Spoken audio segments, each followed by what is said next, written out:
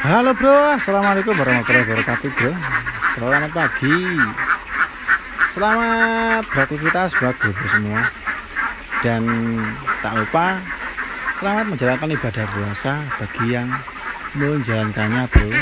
Mudah-mudahan puasanya lancar hingga selesai, hingga hari lebaran nanti. Oke bro, kita bahas tentang harga telur. Seperti biasa, harga telur itu kalau menjelang lebaran tuh harganya malah turun. Yo, harusnya kan malah naik ya. Harapannya seperti itu sih. Karena kan hari lebaran kan hari pesta juga. Harusnya malah naik, tetapi kenapa kok yang sering malah turun? Tapi tenang bro, biasanya turunnya itu tidak lama. Karena alasan sederhananya tuh gini. Karena penjual-penjual di pasar ataupun di wisata-wisata itu penjual telur lagi pada mudik bro, persiapan mudik. Nah jadi di sela-sela mudik itu biasanya harga mulai turun. Meskipun nggak semua pedagang tuh biasanya mudik. Pasti ada yang masih bertahan untuk memilih berdagang. Biasanya mereka mudiknya justru di lebaran kurban. Nah, jadi pedagang yang bertahan bertahan untuk berdagang tidak libur itu biasanya mudiknya malah di lebaran kurban gitu. Sebenarnya gini ya bro, sebenarnya justru ini kesempatan buat pedagang biasanya sih. Di harga sela-sela ini harga turun, dia berani menyetok seret. Nah, dan nanti habis lebaran paling 1 hari 2 hari mereka balik lagi, mereka dagang lagi. Biasanya harga telur akan mengalami kenaikan lagi ya.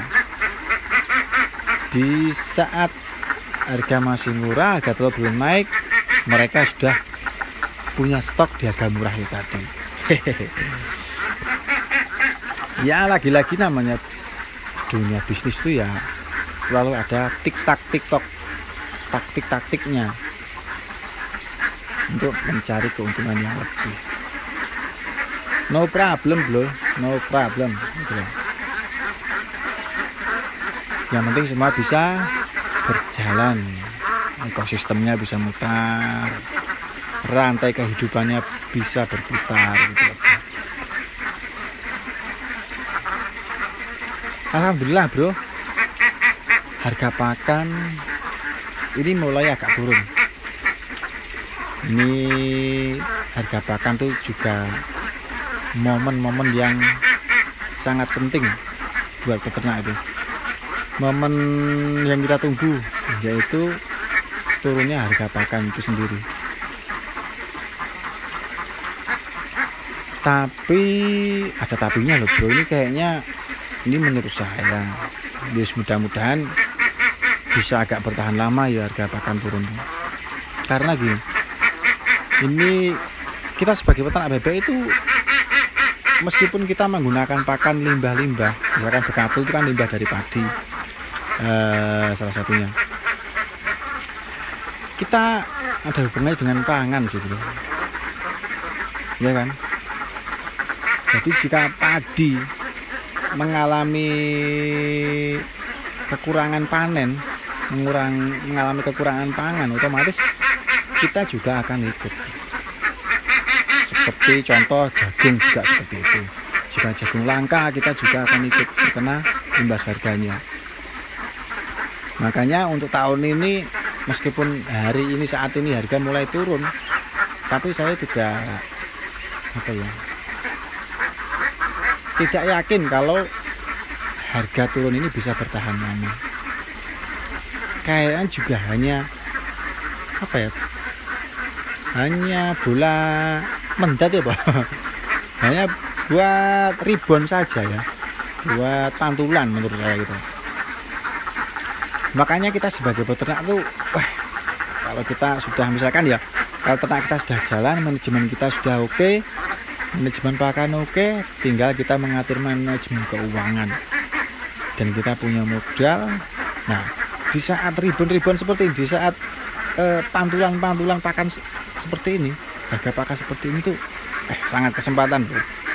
Kesempatan kita buat nyetok itu menurut saya loh, karena saya ke depan pengen seperti itu.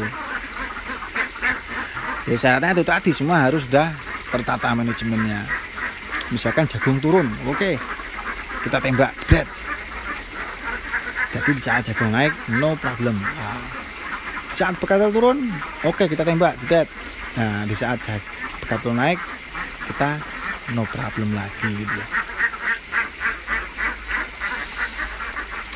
Ya harus sih, menurut saya dengan sistem seperti itu ke depan harus, kalau kita ingin berkembang peternaknya. Tapi kalau kita hanya keperluannya cukup beternak buat kehidupan sehari-hari cukup, ya wis, enggak perlu terlalu repot. Tinggal ngikutin arus saja. Harga pakan turun gitu turun, naik, harga telur naik, telur turun ikut turun, yes, gitu aja. Tapi dan itu juga akan sangat beresiko ke depannya, karena kompetisi peternakan semakin ketat gitu loh bro. Oke, sementara gitu aja dulu bro. Nah, dilanjut di video-video berikutnya. Dan saya Siti Kambol. Assalamualaikum warahmatullahi wabarakatuh.